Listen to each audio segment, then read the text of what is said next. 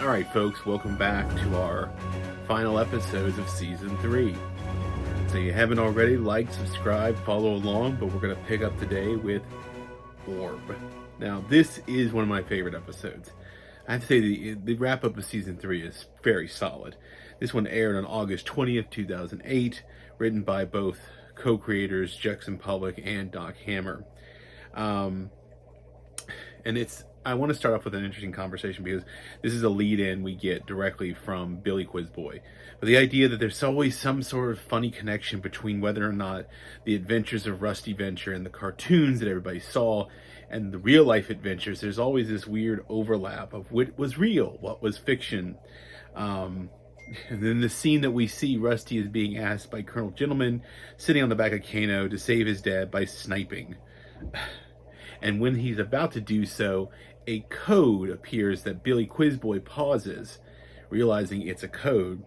It turns out to be a URL to a map quest to the Venture compound.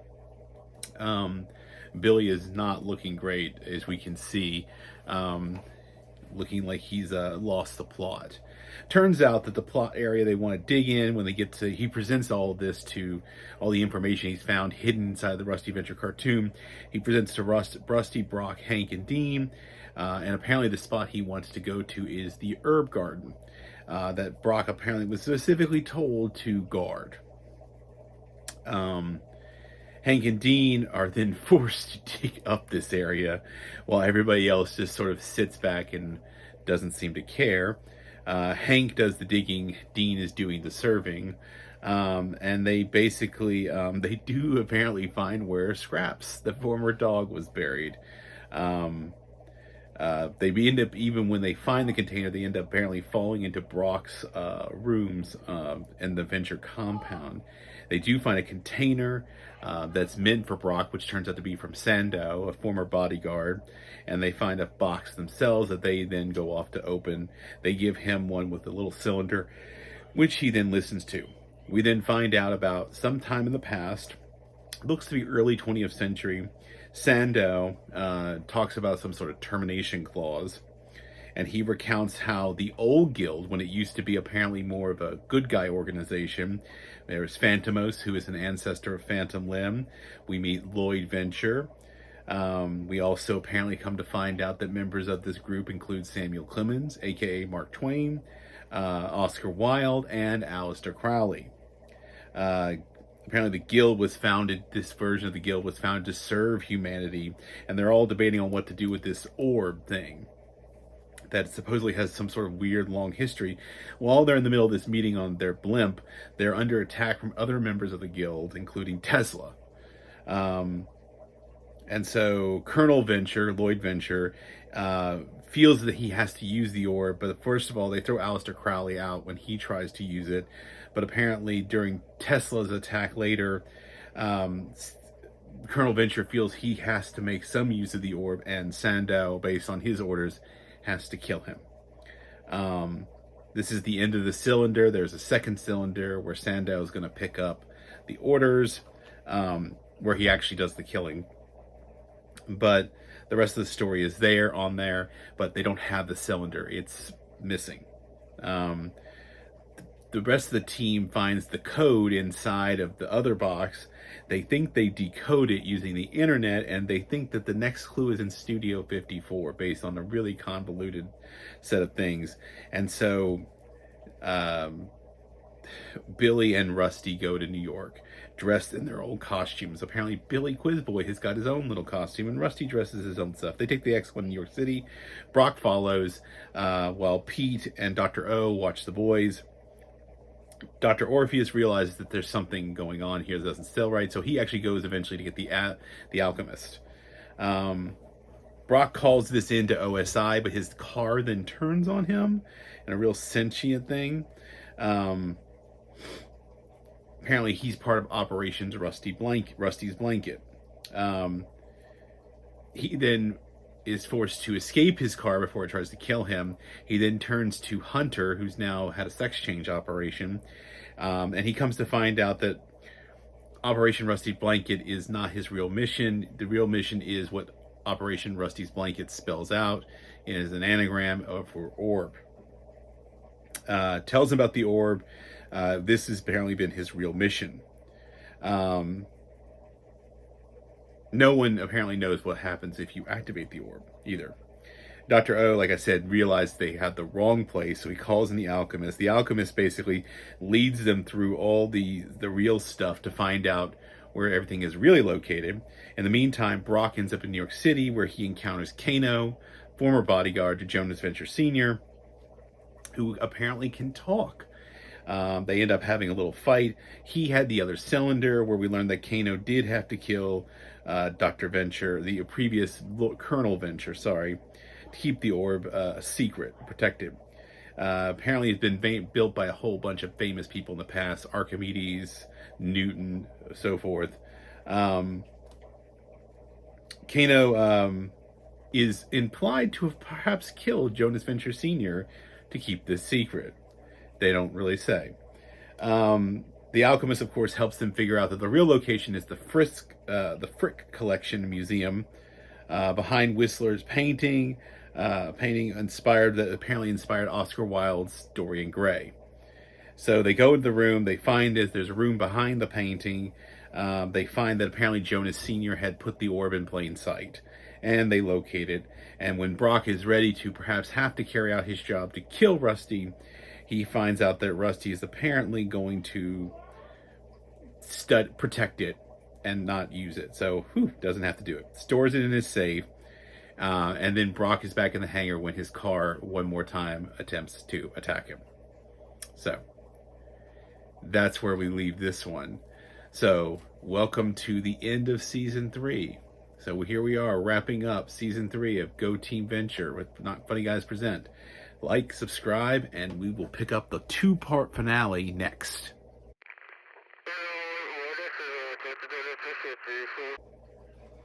All right, so here we are, end of Season 3. Now, interestingly enough, we will pick up the whole end of the orb episode. Brock was attacked by his car. That's going to play into here. But we are now on part 1 of The Family That Slays Together, also written by Jackson Public and Doc Hammer, aired on August 17th, 2008. Apparently Brock had to kill Adrian, which is the name of his car. He panics. He now thinks that the OSI is coming after him, that he's gone rogue. So he basically tells everybody to get on the X1. He's going to take them all to Spider Skull Island to protect them. Like I said, he believes they're coming after him, when apparently Molotov Cocktease shows up with her little female assassin group, the Black Hearts, and lets him in on who's coming to get him. At the same time, the Monarch, who recently has now gotten the clearance to arch Rusty Venture again because of the incident previously in the I can never say that right, but apparently means butterfly collector episode with JJ. He's on his way with a small group. This includes 2124 and the expendable and invulnerable to himself, Dr. Mrs. the Monarch, and the Moppets. Taking the Monarch mobile, not the Cocoon. And then while they're on the way, they get passed by Sergeant Hatred in his tank. Apparently, Molotov Cocktease back at the Venture Company tells that her and the Blackhearts were hired by OSI to kill Brock, but she didn't take the offer. But there are 3 other assassins coming. They are Hair Trigger, interesting fellow, Go Fish, Russell Stawson, whatever his name is, and Jean-Claude Latour. Too cool for a code name, but big into Silver Age comics and a collector himself. And when you see him at the airport talking about what he's anything to declare, he says Excelsior, like Stan Lee. Back at the strip club where Hunter Gather works, he confirms what's going on to Brock. And then, unfortunately, Hair Trigger finds them while they're at the club. Hunter gives Brock a list of ex-OSI agents. The Monarch and crew are in the compound, basically just walk right in. Brock takes on Trigger. The X1 is going to Spider Skull Island and JJ. Brock basically is trying to tell everybody he's a liability. He even has to break up the family to get them to leave. He's pulling a whole Harry and the Hendersons thing, but apparently Hank snuck into his car. And so Trigger still after them, and Rusty doesn't notice that Hank is even missing apparently when Brock calls him. Um, and then he tells him to Hank to buckle up. He says, "You don't want to end up like Gary Busey," which I know Gary Busey unfortunately got messed up after a really bad motorcycle accident, I believe. The X-1, of course, ends up having to pick up Brock. They're hit by a missile from Hair Trigger. Helper, the robot, even ends up sacrificing himself to be the forward landing gear, even though they eject and end up landing on Hair Trigger in their little ejection piece from the cockpit. Yeah. Monarch and his crew find the whole compound empty, but they do find Dr. Mrs. the Monarch is basically waiting to seduce Brock. That's part of her mission. 21 really needs to go to the bathroom, and he ends up finding hatred in the master bathroom. Back to Brock, he takes the Ventures to meet Shore Leave and Mile High, now calling themselves by Holy Diver and Sky Pilot. They've converted to Christianity. They've been kicked out, apparently, at least Shore Leave was kicked out for his Don't Ask, Don't Tell from OSI. They're trying to charter them on a boat now in California to get them to Spider Skull Island, where they are attacked by Go Fish. Holy Diver and Sky Pilot aim to save Brock as he's fighting, but they literally take forever to put on quote-unquote holy armor. And during this long transformation, Brock basically takes care of the situation himself, ends up like getting his head shaved too, in order to make the fool, because he fools him into the situation. We come back to the compound where the Monarch is now talking to Hatred. Apparently his wife, Princess Tiny Feet, has left him. He's waiting for Venture to come back to kill him. He's in despair. The Venture and family and Brock go to a hotel. You will notice that Brock is wearing a Brisbyland t-shirt at one point. Hank befriends Latour outside while talking over Batman. And the towel, he has a Batman towel, and he's talking about comic books. When Brock comes back, recognizes him. And Dean, in fact, uses at one point during the ensuing fight in the hotel room, uses a Bible to hit Latour in the face. Latour is dressed as a most ridiculous version of Kraven, the Hunter from Spider-Man comics. A real knockoff costume. Even at one point uses a sword, cuts off Brock's nipple. Hank even tries to stop him by talking to him about sympathizing about Batman, but he says the only reason he likes Batman is because of his villains. And then while he's distracting him, Brock uses his own sword to skewer him. He's then tells Hank to call the cleaner when the LAPD show up and arrest them. And then at this point, we find the cocoon coming upon the X-1 and Helper. End part 1. So we go into part 2. This one aired on August 24th, 2008. Still written by Jackson Public and Doc Hammer. In this one, we open by meeting General Traster, who's the head of OSI, Agents Doe and Cardholder, talking about Brock killing assassins. Now, this is where it starts to become clear that something isn't right in everything that's been told here. They're now trying to basically go and intervene themselves. OSI has become aware. Brock and Rusty are in an LA holdings and being interrogated. Hank and Dean are with a counselor who basically somehow thinks they might be delusional about Brock and Helper. While this is going on, Monarch is interrogating Helper. It takes Dr. and Mrs. the Monarch to actually manipulate him to get what they want. Hank spills the whole situation, and the counselor apparently thinks he's crazy. They are rescued by the cleaner, who looks like Mr. Clean. The cleaner wasn't called, but apparently Molotov called him. The Monarch then finds them because of Helper giving away the situation. So does Traster, and Brock basically sets up a sort of a cross-path rendezvous by telling all of them to come to the Venture compound. He plans to have them fight off each other. A real elaborate plot. But it's also starting to become realizing that OSI didn't call the assassins.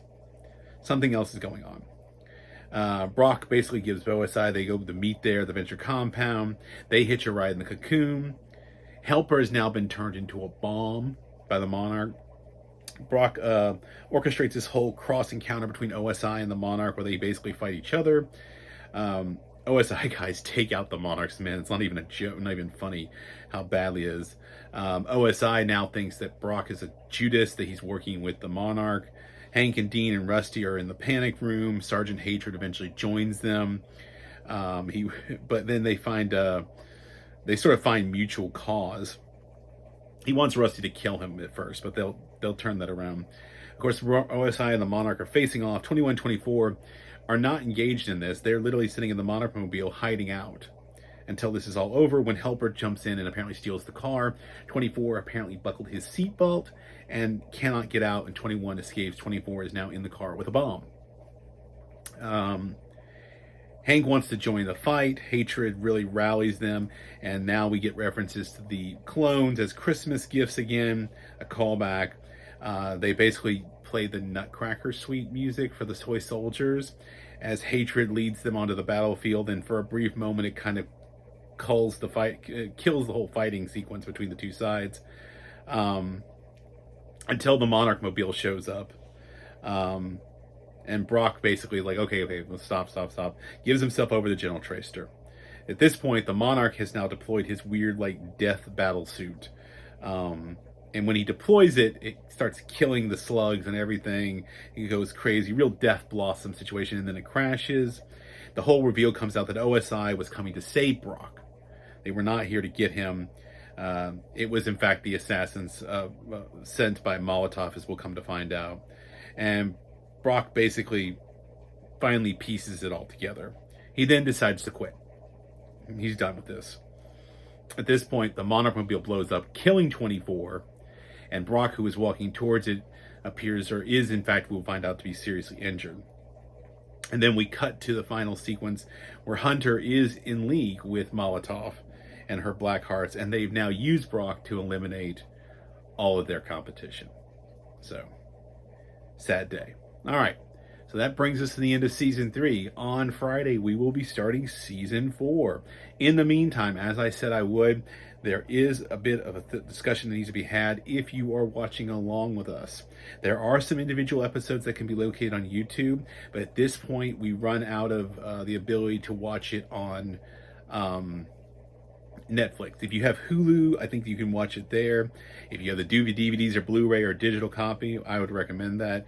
The Adult Swim app is also useful, and of course, apparently, if you have Sling, it is free on Sling. So if you have any of those ways of engaging with it, please continue to watch along with us. Like, subscribe, and follow. We'll keep rolling on here, and I will see you guys next time. Go Team Venture.